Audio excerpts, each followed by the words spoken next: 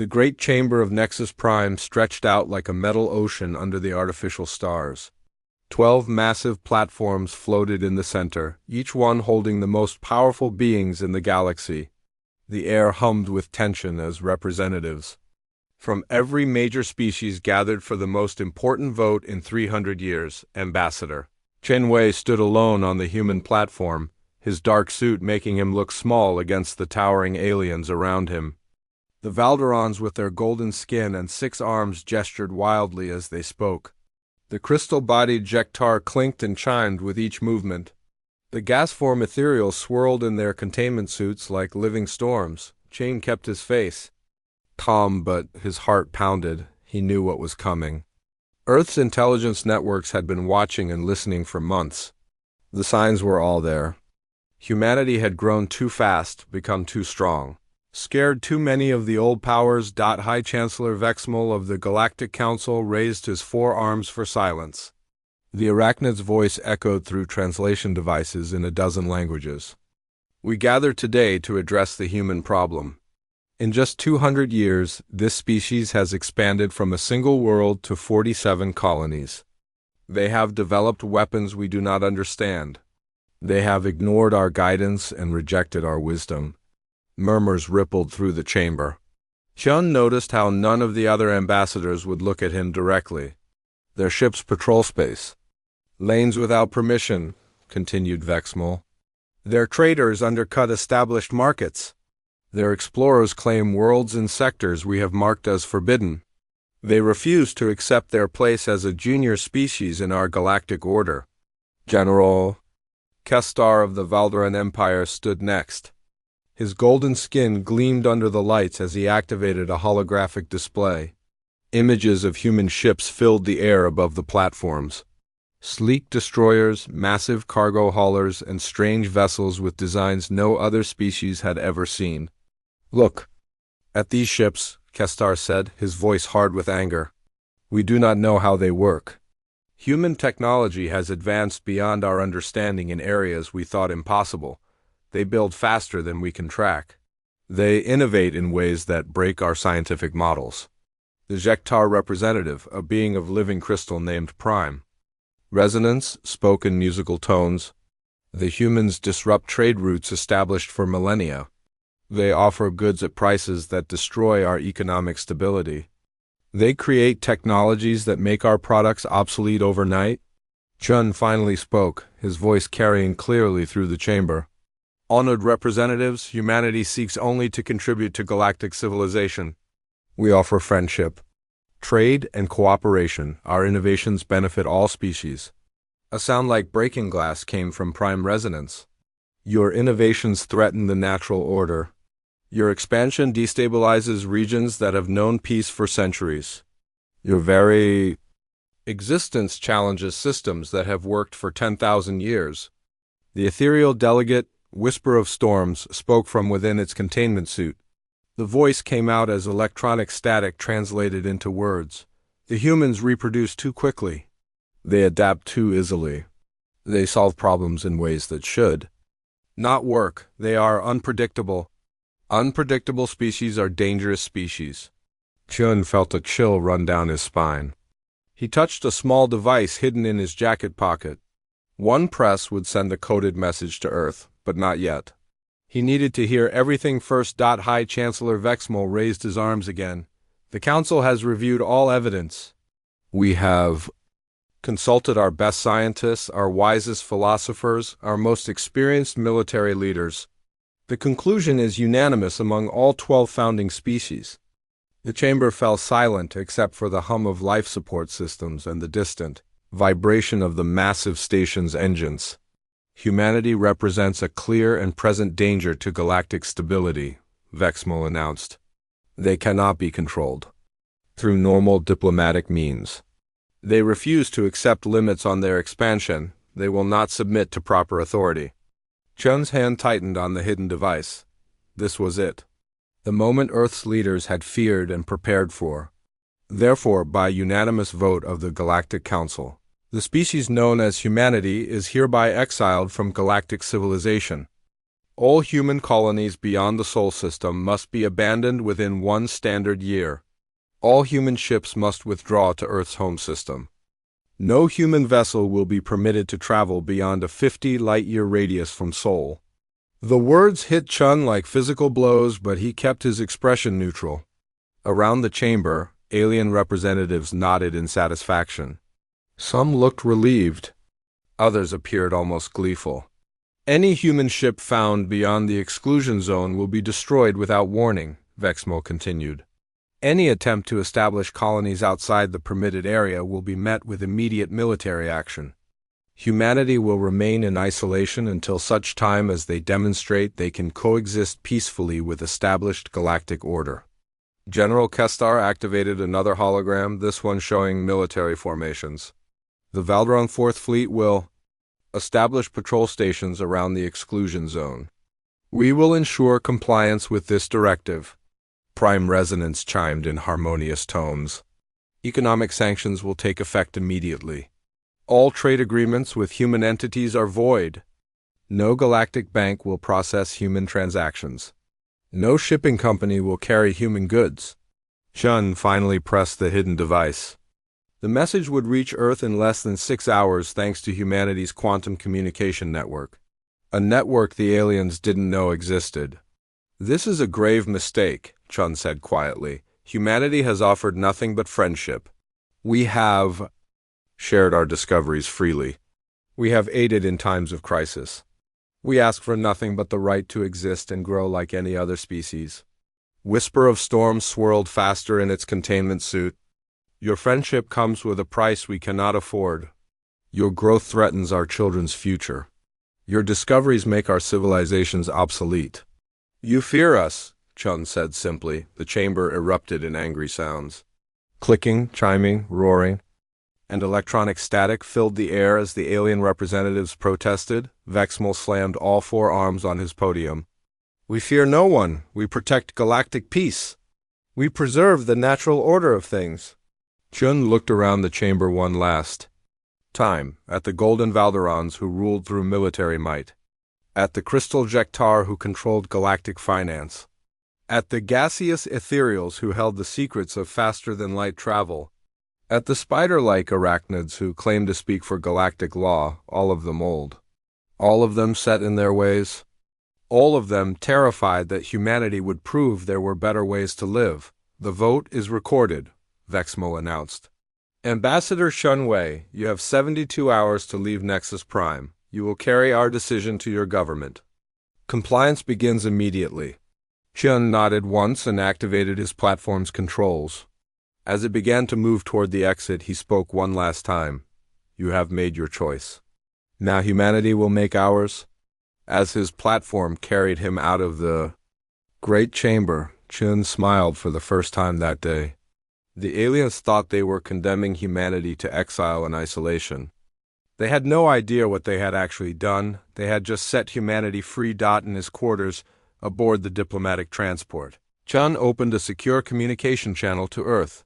The quantum relay crackled to life, and the face of Admiral Sarah Chun appeared on the screen. His sister looked tired but determined. How did it go? She asked. Exactly as we expected, Chun replied. Unanimous vote for exile. 50 light-year exclusion zone, 1 year to withdraw all colonies. Sarah nodded. Grimly, Operation Exodus is already underway. The evacuation fleets launched an hour ago. By the time their patrol ships reach our outer colonies, they'll find empty worlds. And the deep space installations? Still hidden? Still growing? The aliens have no idea how far we've really spread. Chun looked out his porthole at the stars. Somewhere out there, in the dark spaces between galaxies, humanity was already building something the Council could never imagine. Let them have their galactic core, he said. We'll take everything else. Dr. Sarah Okafor stood on the bridge of the New Horizon and watched Earth grow smaller in the view screen. The massive ship hummed around her as 10 million people settled into their new homes in the depths of space. Behind them, 300. Other ships formed the largest convoy in human history. Status report, Sarah said to her bridge crew. Commander Jackson checked his displays. All evacuation fleets have cleared Earth orbit. Colony ships from New Tokyo, Kepler Station, and Harmony are moving to rendezvous points. Total evacuees so far, 47 million people.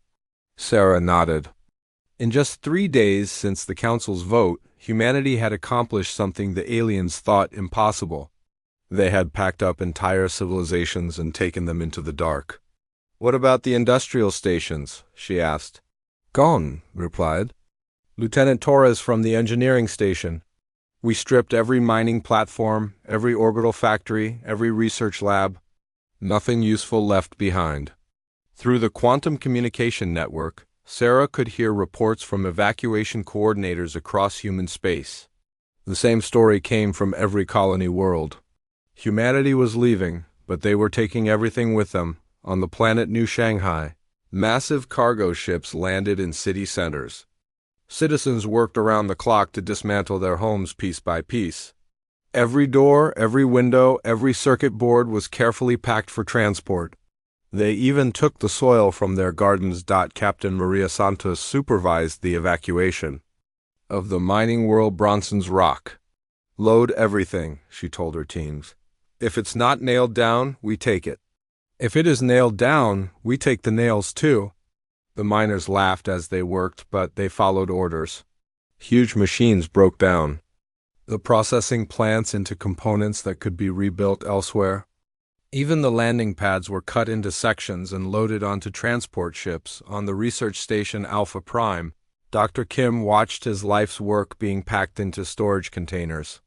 20 years of genetic research, thousands of samples, libraries of data, all of it going into the ships. Are you sure about this?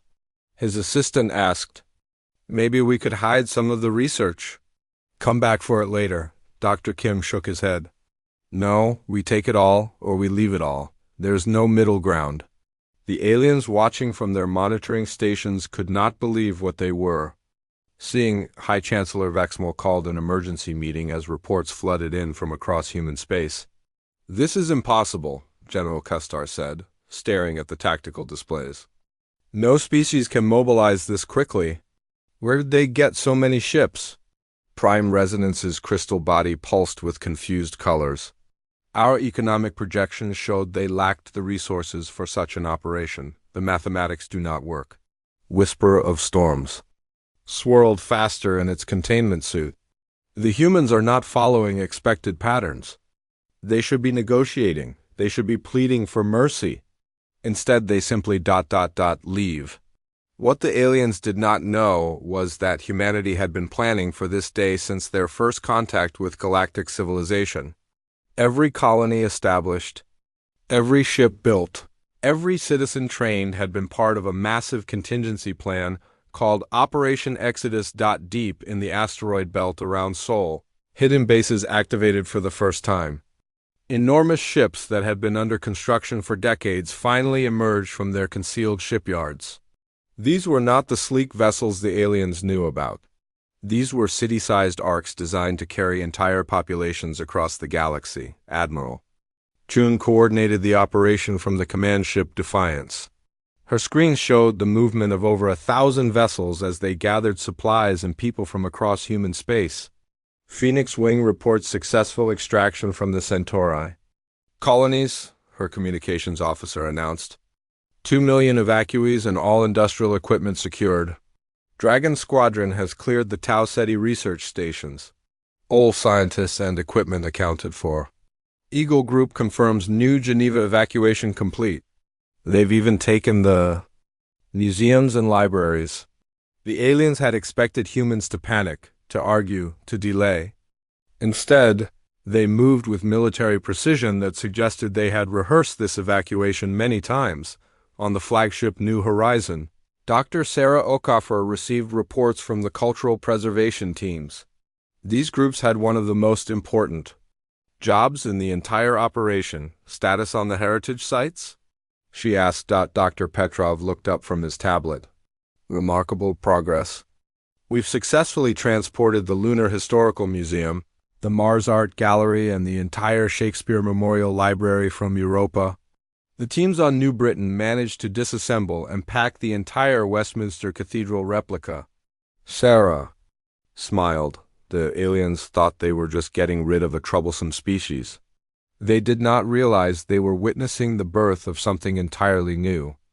A mobile civilization that could pack up and move whenever necessary. In the outer colonies, the evacuation revealed just how much humanity had actually accomplished. Secret mining operations in asteroid fields the aliens had never explored. Hidden research stations and systems marked as empty on galactic charts. Agricultural worlds that officially did not exist.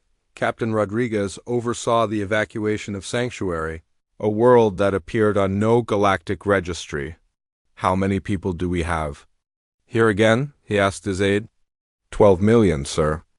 Plus extensive livestock and agricultural equipment.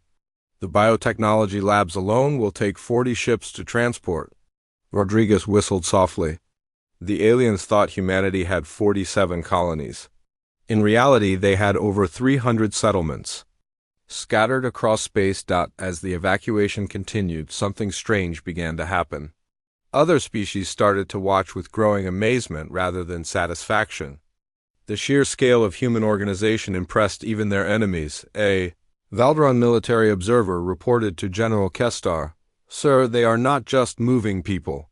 They are relocating entire ecosystems, Earth's animals, plants, even soil samples. They are taking their whole world with them." What do you mean? They have transport ships carrying forests, sir. Living forests with the trees still growing. Ocean habitats with fish still swimming. They are not just evacuating. They are transplanting their entire civilization. The truth was even more impressive than the observers realized. Human engineers had developed mobile ecosystem pods that could maintain perfect environmental conditions during transport. Entire biomes traveled through space in specialized ships that were like flying planets. Dr. Sarah Okafor received a communication from Earth's surface as the New Horizon prepared for its final jump to the rim worlds. Dr. Okafor, this is ground. Control, final teams are aboard. Earth evacuation is complete. Sarah looked at the viewscreen showing the blue and green planet where humanity had been born. It looked exactly as it had before the first human had ever looked up at the stars. The cities were gone, but the forests remained. The industrial sites had been cleaned and restored to natural habitat. Are we really just going to leave it empty? Asked Commander Jackson. For now, Sarah replied. But we'll be back someday. And when we return, it won't be as exiles begging for permission to exist. The quantum communication network crackled with messages from across the evacuation fleet. Colony ships reported successful jumps to predetermined coordinates in the galactic rim. Industrial vessels confirmed they had reached hidden supply depots. Military escorts took positions around the civilian convoys. Admiral Chun's voice came through the speakers. All ships. This is Fleet Command. Phase 1 of Operation Exodus is complete. We are now officially beyond the reach of the Galactic Council. Welcome to freedom. Across the fleet, millions of humans cheered. They had done the impossible. They had moved an entire civilization in 3 days, but the evacuation was just the beginning. In the dark spaces between galaxies and systems too, dangerous for other species to explore, humanity would grow stronger than ever before. The aliens had wanted them gone. They had no idea what they had unleashed. 50 years had passed since the Great Evacuation. The galaxy had grown quiet without human voices in the communication networks. Trade routes returned to their old patterns. The alien species settled back into their comfortable routines, believing they had solved their human problem forever. High Chancellor Vexmal had died of old age and been replaced by his daughter, Zexara. She rarely thought about the humans anymore. When asked about them in council meetings, she would wave a dismissive arm and say, "Contained in their home system where they belong." The aliens assumed humanity had retreated to Earth to live in isolation and slowly decline. They were wrong about everything. Captain Marcus Torres stood on the observation deck of the exploration ship, Starwalker, and watched the impossible sight before him. A massive city floated in the vacuum of space, built around a red giant star that should have been too unstable to support any kind of civilization. How many people live there now? He asked his science officer. Lieutenant Chun checked her instruments. 12 million in the main habitat ring. Another 3 million in the outer research stations. They're using the star's solar flares as a power source. Marcus shook his head in amazement. New Prometheus was humanity's 15th stellar city, built in places no other species would dare to live. The engineers had learned to harness the deadly radiation of unstable stars and turn it into clean energy. Any word from the mining expedition? He asked. Captain Silva reports successful extraction from the neutron star system. They've collected enough exotic matter to build 2 more jump gates. Marcus smiled. The galaxy's civilized species avoided neutron stars because the gravity wells made normal travel impossible. But humans had developed ships that could operate in extreme gravitational fields. They mined resources that other species could not even reach. The communication screen flickered to life, showing Admiral Sarah Chung calling from the command ship New Horizon. She looked older now, with gray streaks in her black hair, but her eyes still burned with determination. Marcus, what's your status on the rim survey? Sector 47 is clear for colonization. We found 3 habitable worlds and 2 asteroid belts. Rich in rare metals. No signs of any other species. Excellent. The colony ships from New Shanghai will arrive in 6 months to begin settlement. Marcus nodded, then asked the question that had been bothering him. Admiral, our scouts are reporting strange structures in some of the older systems. Buildings that don't match any known architectural styles? Should we investigate? Sarah's expression grew serious. Send me the coordinates. We've been finding similar ruins across the rim. Someone was out here long before the current galactic civilization. After the call ended, Marcus looked out at the stars again. Humanity had spread far beyond what anyone thought possible. They lived in systems with binary pulsars around dying stars in the empty spaces between galaxies.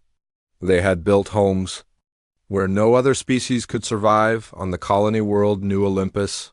Dr. Elena Vasquez watched her engineering teams install the latest terraforming equipment. The planet orbited a volatile star that threw off radiation storms every few days. Most species would consider it uninhabitable. Radiation shields are holding at 98% efficiency, reported her chief engineer. The atmospheric processors are on schedule to produce breathable air in 18 months. Elena smiled as she watched children playing in the underground cities they had built. These kids had been born in space, raised in artificial gravity, taught to think of radiation storms as just another kind of weather. They were adapting in ways that amazed even the scientists, Dr. Vasquez called her research assistant. The deep core samples are showing something unusual. Elena followed him to the geology lab where screens displayed mineral analysis from the planet's core. What she saw made her whistle in surprise. Are these readings correct? Triple-checked, ma'am. The planet's core contains elements that shouldn't exist naturally. Someone modified this world's geology millions of years ago. Elena stared at the data.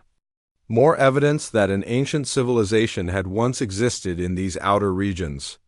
A civilization that had technology the current galaxy could not understand. The humans had been finding these traces everywhere they explored. Ruins on dead worlds.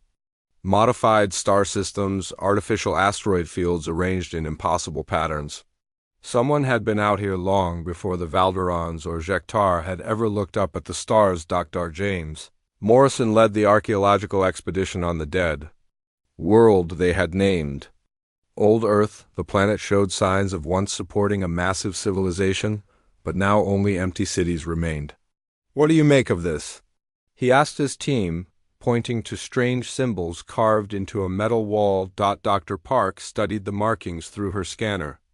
The mathematical formulas are incredibly advanced. This looks like instructions for manipulating space-time itself.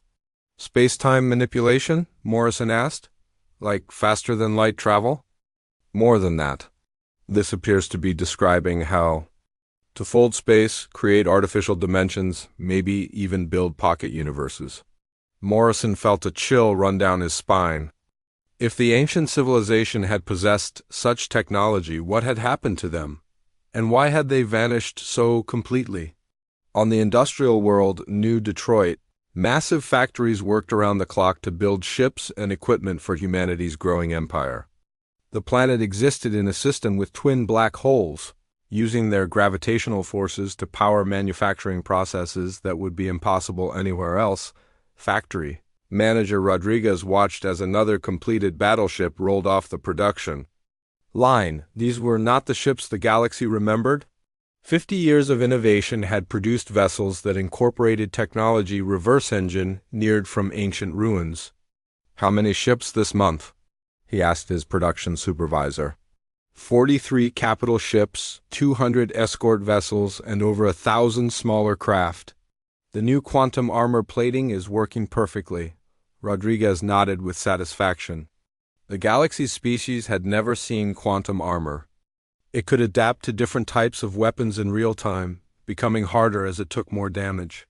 Human engineers had developed it by studying fragments found in ancient battlefields. Meanwhile, in the deepest regions of space, exploration teams made discoveries that changed everything humanity thought they knew about the galaxy. Captain Torres received an urgent communication from scout ship Pathfinder.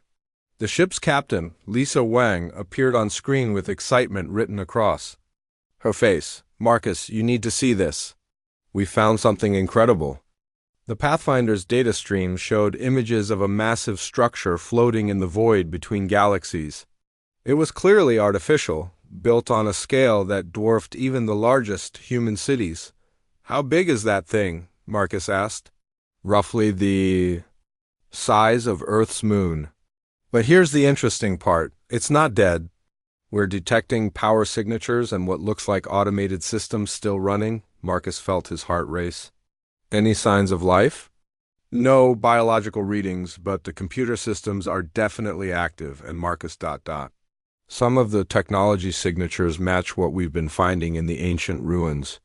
The implications hit Marcus like a physical blow. The ancient civilization had not just disappeared. They had left behind automated systems that were still functioning after millions of years. "Captain Wang, do not approach the structure. Set up a monitoring station at safe distance and wait for reinforcements." "Understood, sir."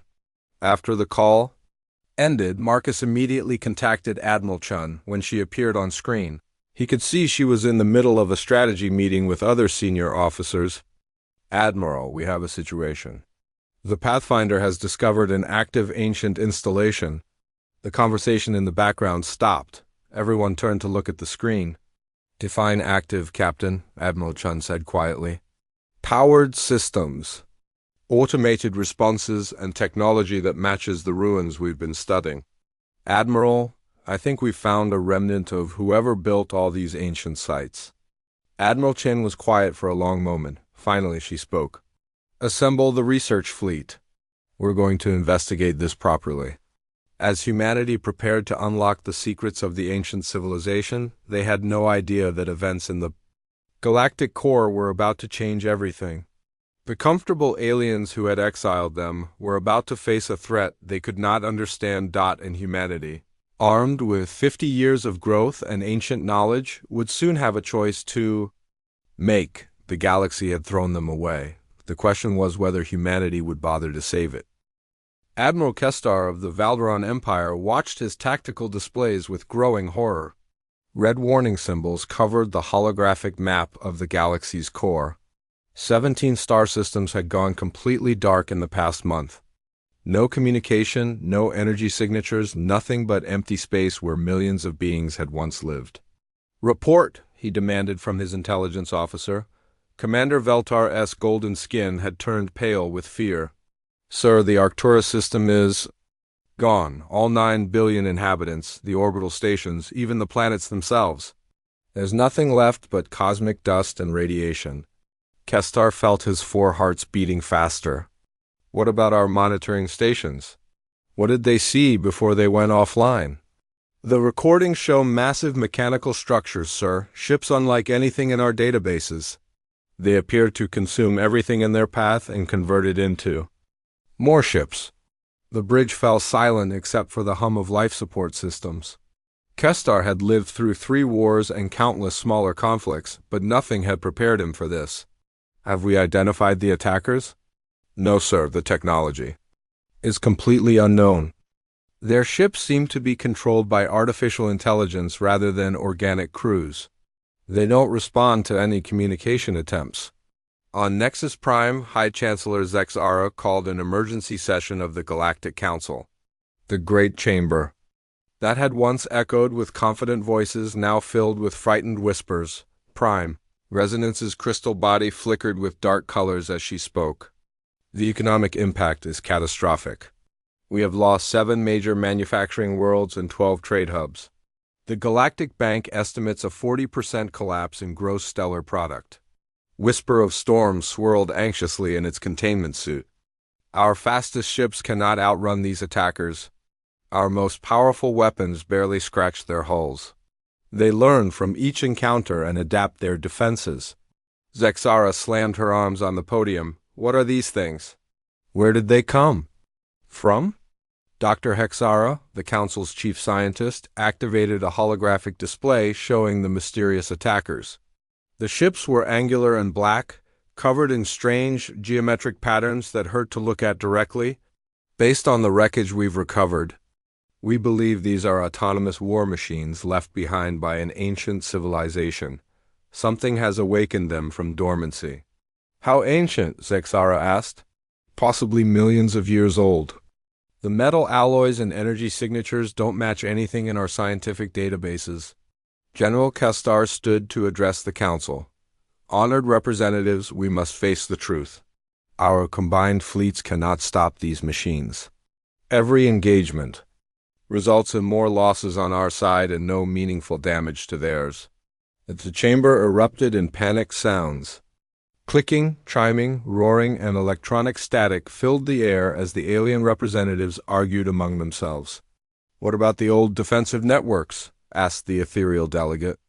The automated systems our ancestors built to protect the core worlds? Dr. Hexara shook her head sadly. The machines destroyed them first. They seem to target military installations and defensive positions with particular efficiency. Zexara looked around the chamber at the frightened faces of her fellow representatives. How long do our analysts predict we have before they reach the core worlds? 6 months, maybe less.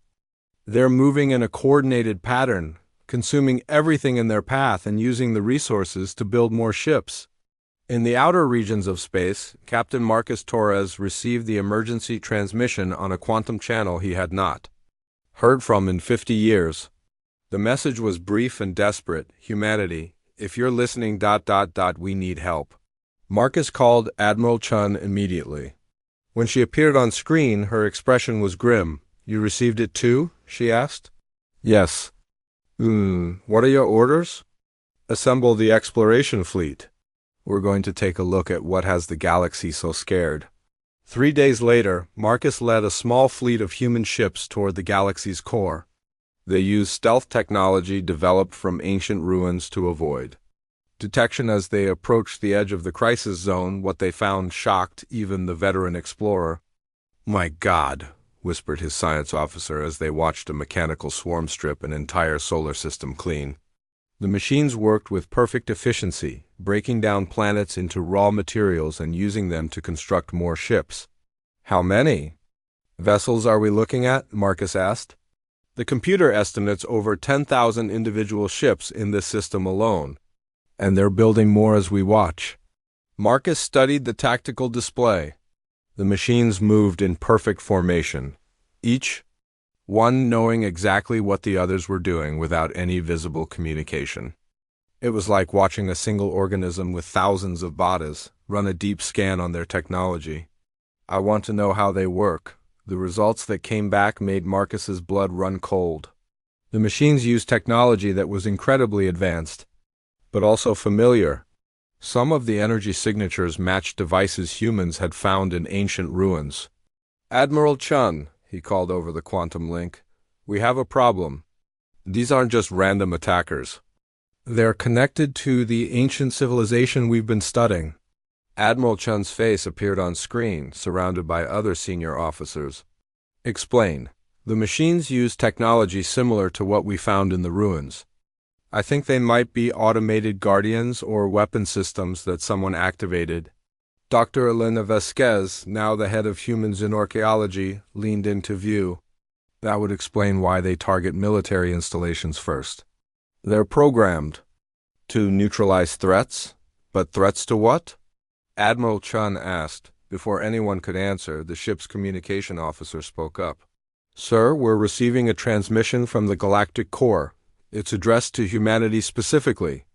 Put it through, Marcus ordered. High Chancellor Zexara appeared on screen, looking nothing like the confident leader who had once dismissed humanity as unimportant. Her face was haggard, her movements nervous. People of Earth, she began, I am High Chancellor Zexara of the Galactic Council. 50 years ago, this council voted to exile your species from civilized space. Today, I come to you with a request for help. She paused, clearly struggling with the words.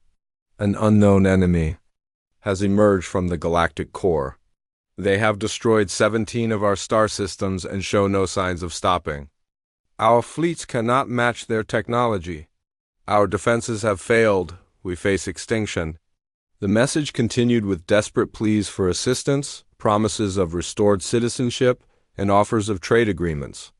It ended with coordinates for a meeting location near the edge of human space. Admiral Chun turned to her staff. Opinions? General Rodriguez, now head of human military forces, spoke first. They threw us out, let them face the consequences? Dr. Vasquez disagreed. These machines might threaten humanity too eventually. If they consume the entire galactic core, they'll keep expanding. Admiral Chun studied the tactical reports. How long would it take to recall our fleets from the rim territories? 6 weeks for full mobilization, General Rodriguez replied. But Admiral, our ships are designed for exploration and defense. We've never faced anything like this. Dr. Vasquez activated her own display, showing research data from the ancient ruins. Actually, we might have an advantage. We've been studying their technology for 50 years. We understand how it works better than anyone else in the galaxy. Admiral... Chun was quiet for a long moment, weighing the options. Finally, she made her decision.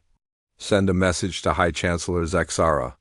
Tell her we'll meet at the coordinates she provided. But make it clear that humanity will not come as supplicants begging for readmission to their club. What are we going? As? Marcus asked. Admiral Chun smiled, and for the first time in weeks, it reached her eyes. As equals who might be willing to save them all. The human fleet emerged from hyperspace at the meeting coordinates like ghosts materializing from the void. High Chancellor Zexara watched from the bridge of her flagship as ship after ship dropped out of faster-than-light travel. Her 4 eyes widened in disbelief at what she saw. These were not the vessels the galaxy remembered from 50 years ago.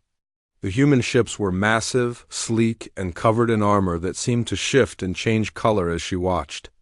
Strange energy patterns flowed across their hulls like living light.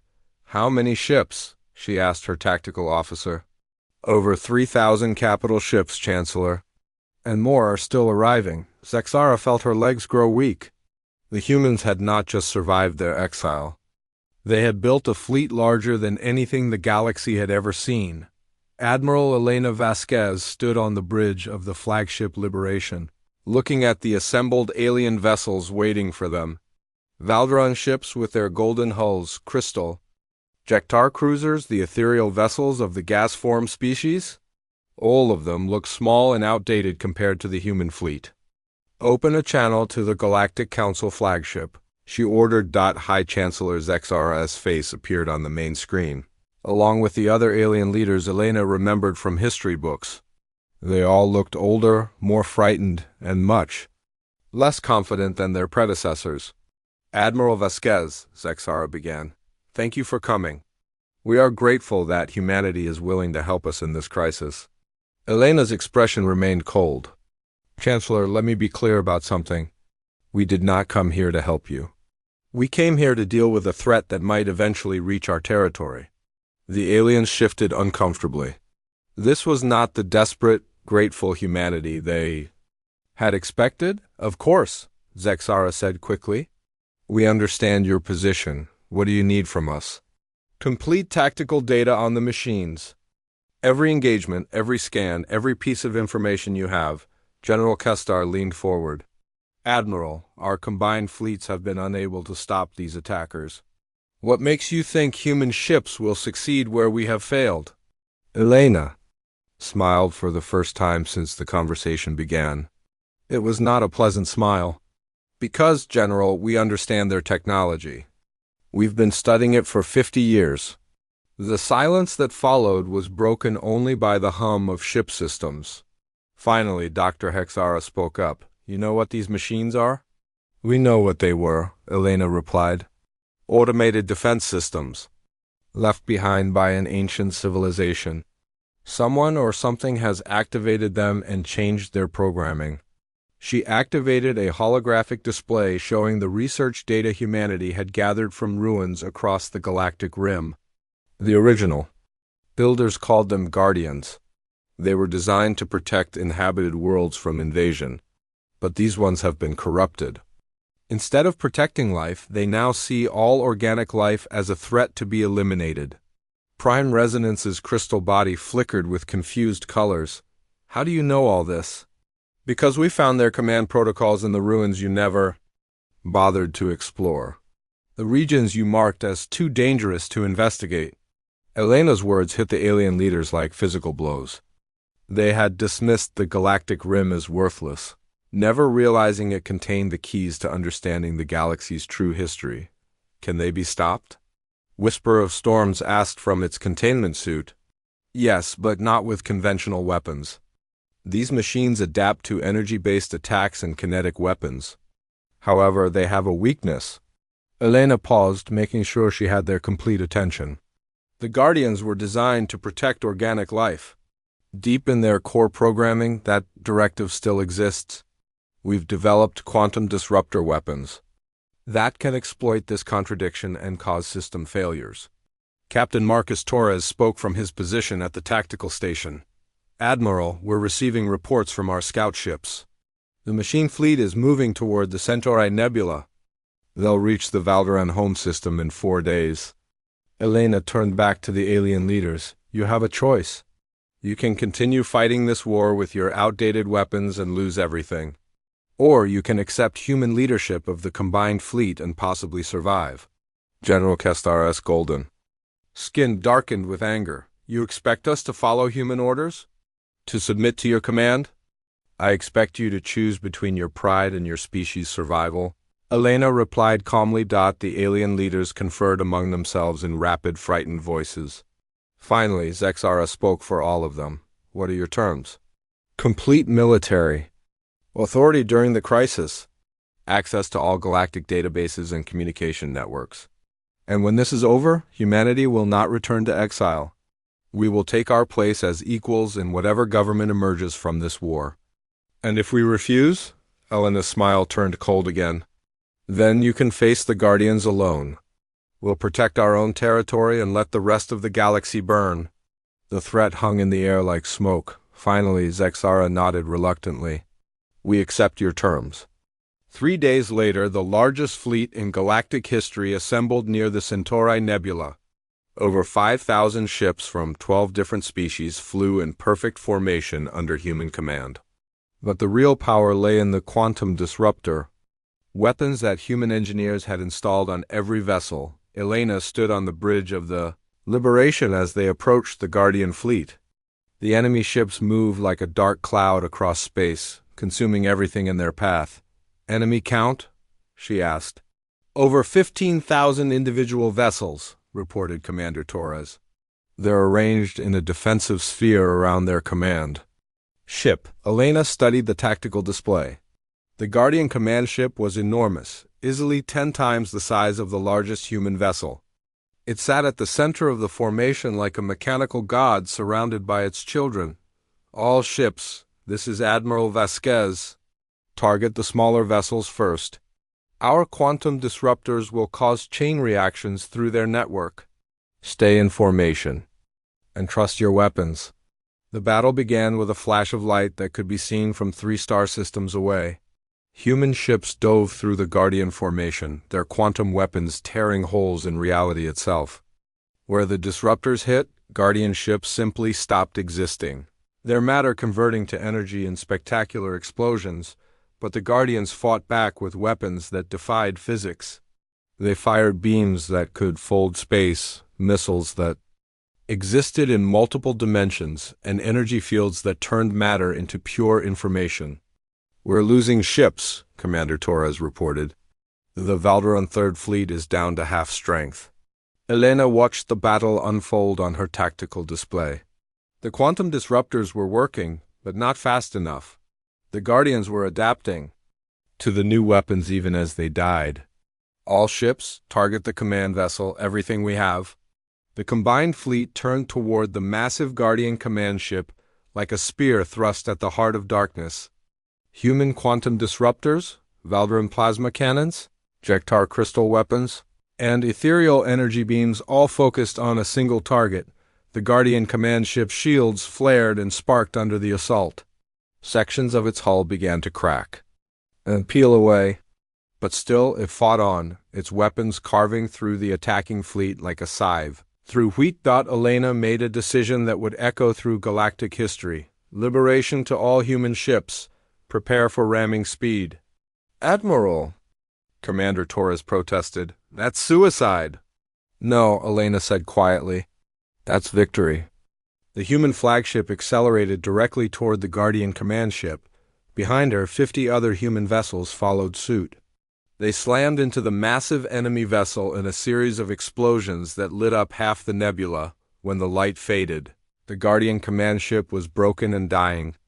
Across the battlefield, the remaining Guardian vessels stopped moving as their central control was severed. Elena limped onto the bridge of a rescue ship, her uniform torn and her face blackened with smoke.